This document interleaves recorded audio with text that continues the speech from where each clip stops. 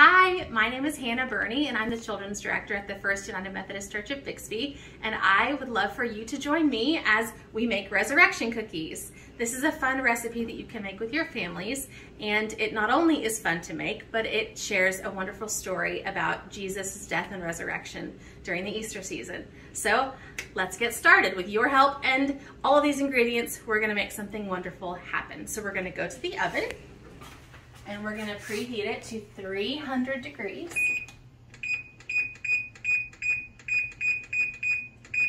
Push start. Okay, so we've preheated our oven. I'm gonna have one or two pans lined with some parchment paper, so we'll have that ready to go in a minute. But I would like for you all to go right now and find your family Bible. Find it wherever it is in your house and bring it to where you are right now, because we're gonna need it when we talk about these cookies. So when you find it, turn to John chapter 19, verses 1 through 3.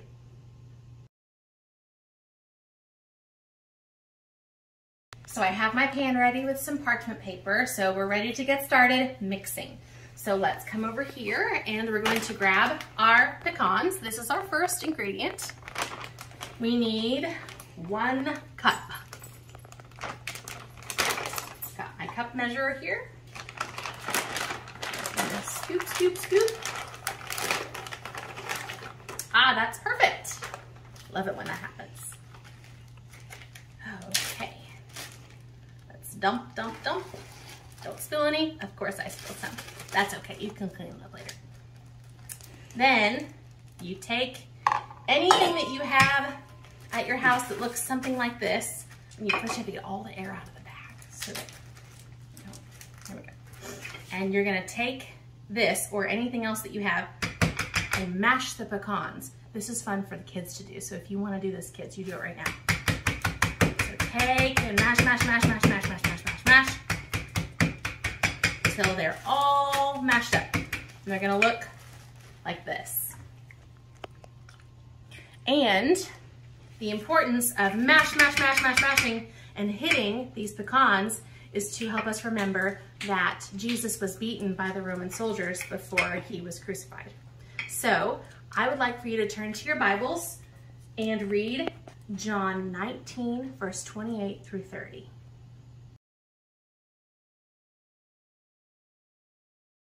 Okay, I hope you've had a chance to read that verse, and that verse will help you know the importance of what ingredient comes next. So now that we've mashed the pecans, we're gonna put these away because we'll use these later. And now we get out the vinegar. And if you've ever smelled vinegar, you know it does not smell very good. And it must not have tasted good when they offered it to Jesus. I don't think he drank it. But we're not gonna put it in this bowl. We're gonna move over here. We're gonna grab our mixing bowl and put the vinegar in this one. So we're gonna measure out a teaspoon. Wow, that's okay if you have a little too much. You pour it in, and it's time for our next verse. I would like for you to read John chapter 10, verse 10 through 11. Just added our vinegar to the mixing bowl, and now we're going to swap here. And I have 4 eggs, and we're going to use the egg whites. Now eggs, sometimes when there's little chicks in there, there's new life in these eggs. And eggs are kind of a symbol of Easter because they represent new life. So very carefully, let's see if we can get the egg whites only out of these eggs. Kind of have to do some fancy dancing here. Okay, there's 1.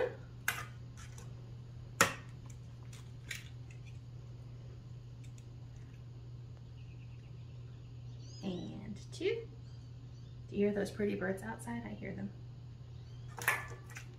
And 3.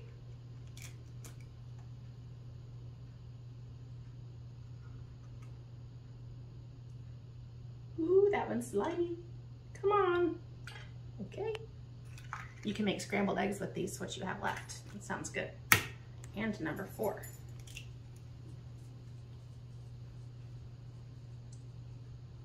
Okay, and while I'm draining this last one, I would like for you to read Luke chapter 23, verse 27.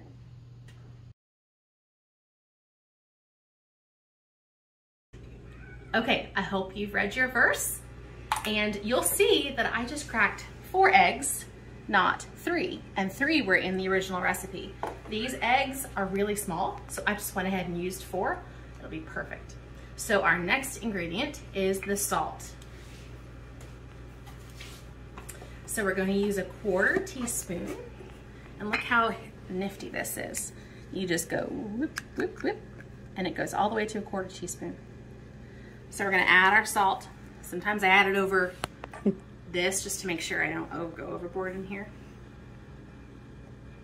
Okay, so you can see that that's a 1/4 teaspoon, and if you taste the salt, you can taste how bitter it is. And just like the salt is salty, our tears are salty, just like you read about in the verse just now. So we'll add the salt. Okay, good. Slosh it around a little bit. Okay, now I'd like for you to read, 2 verses this time. The first one is Psalm chapter 34, verse 8, and the second one is John 3:16.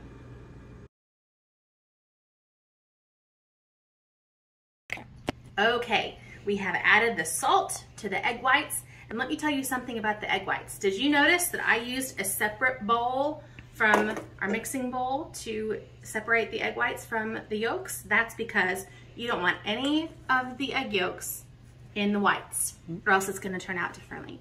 So now that I have the egg whites and the salt in this bowl, I can pour it into the mixing bowl that has the vinegar. So we'll dump, dump, dump. Get all the goodness in there. Can I use it? Okay. Now comes the sweet part. We are going to add a cup of sugar. I know that sounds like a lot, but we're making a lot of cookies. So, fill this up. I love making cookies. It's really fun, fun, fun, fun. Fun to do with your family, fun to do with your grandma or grandpa. You could do it with anybody. Okay, got this cup of sugar. I'm gonna add it in. Okay, and I'm gonna stir this together. And while I do, I'd like for you and your family to read Isaiah chapter 1, verse 18, and John chapter 3, verse 1 through 3.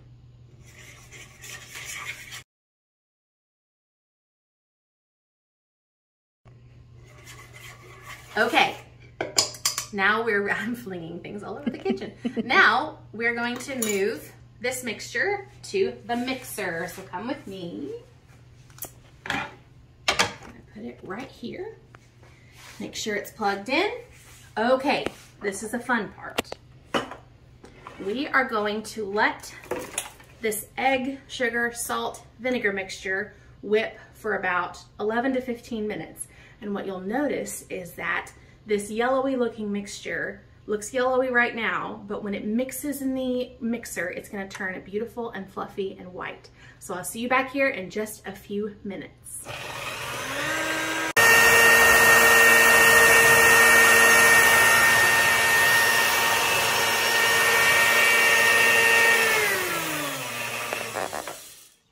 Okay, these look beautiful. Now, when we talk about stiff peaks, which you'll see in your recipe, I want to show you what that means. So come over here. Let me shift my stuff. Okay, so stiff peaks, you know, mountain peaks that look like triangles, and at the top of the triangle is the peak. Look at these. Can you see how that looks like a mountaintop with the peak? When you do that, how it kind of peaks up like a mountaintop? Those are called stiff peaks, and that's what you want for the recipe. So, we're gonna bring in our nuts from the beginning, and we are going to fold them in. So we're gonna pour a little bit. Let me use my spatula here, and I'll show you how we fold them in. Okay.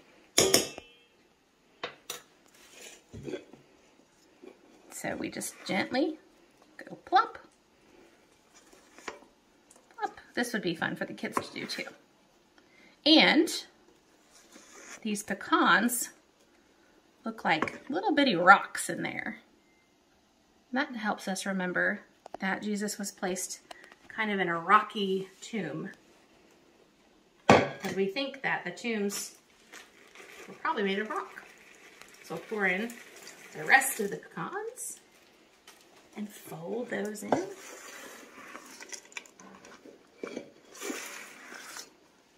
It's kind of pretty.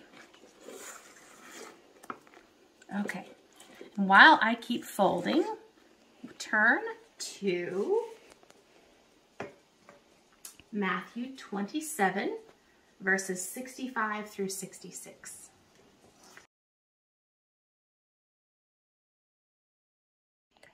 Okay, now that our ingredients are all mixed together, we are ready for the baking sheet. So I've moved everything to the back here so that we have room. I'm going to bring my sheet over. And we are going to take a spoon and take a little serving of this. And this is really fun. You get to go whoop. And they don't have to be perfect. They can look however you want them to look. But see the mountain peak right there? How it peaks up like that? Aren't that beautiful? She loved my grammar. They are beautiful. So we'll keep going. Cute little peak there. And going and going and going. That one has lots of nuts. Oh, by the way, if you don't like nuts, or if you're allergic to nuts, there's a simple fix for this recipe. I think all you have to do is leave them out. So, that's an easy adjustment. I'm going to add just a little bit more to this one. I may need 2 cookie sheets, but since they don't rise, I could put them a little bit closer together.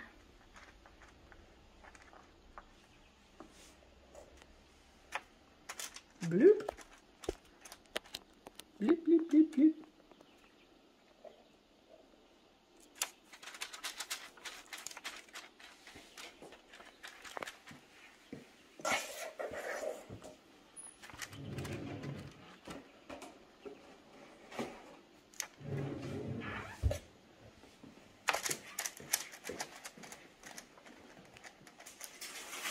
And again, they don't have to be perfect. You can make them look any way you want them to.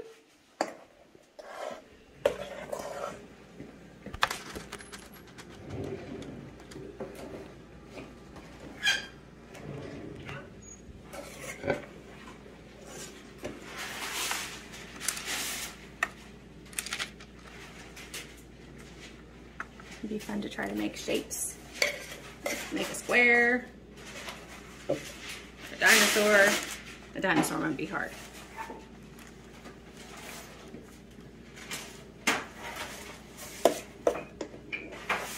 Our wonderful helper over here is making us a second sheet because she knows we're going to need it.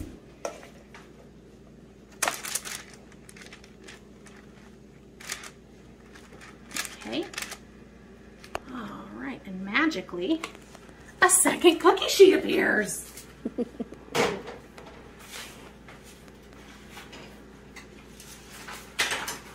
Ta-da!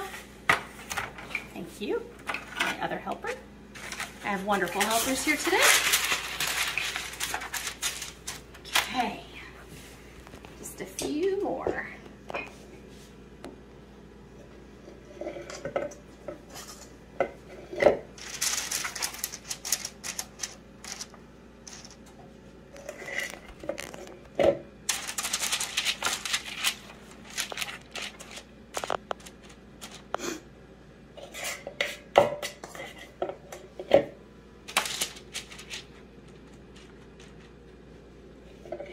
Now when we are done, we are going to put these in the oven that we've preheated to 300. And then we're gonna do something that we don't usually do with cookie recipes. We're going to turn the oven off after we put the cookies in. So let's go over there now. I'm gonna take both pans, whoop, and open the oven. And one goes on the bottom,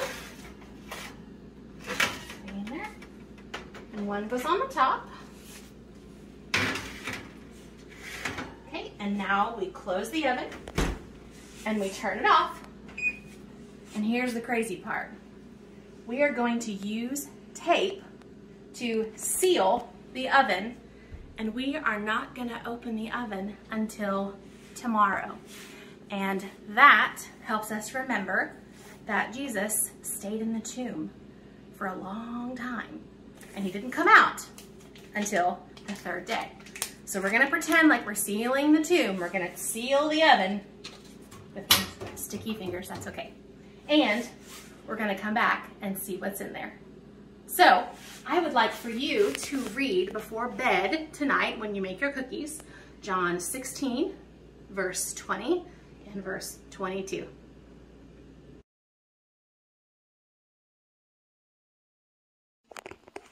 Okay, so we talked about sealing the oven so that the cookies had to stay in here overnight, but I have something special to show you. Over here, we have some cookies that have been in the oven overnight and they're already ready. So I want to show these to you, and then we'll eat these tomorrow when they're ready. So we're going to pick a pretty little cookie, and I want to show you, look how cute this cutting board is. My friend has the cutest cutting boards. This is a hippo, and I like the color too.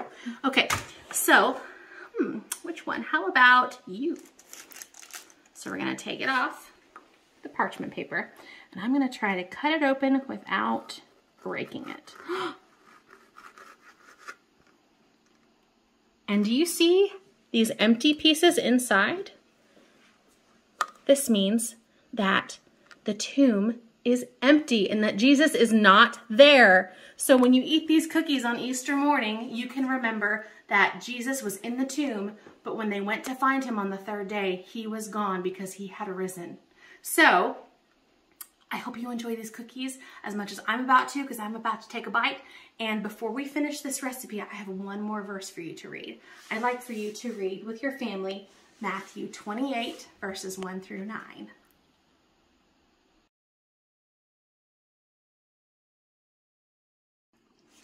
Okay, thank you so much for watching this video and helping me make resurrection cookies. I hope that you have learned a lot from reading the Bible verses that we went through, and I hope that you, when you eat these, that you remember how much Jesus loves us and that he gave his life for us. And I hope that you make these every year because it's a great way to remember the Easter story. So I hope to see you all on Easter Sunday at our church, and be blessed. Talk to you soon. Bye.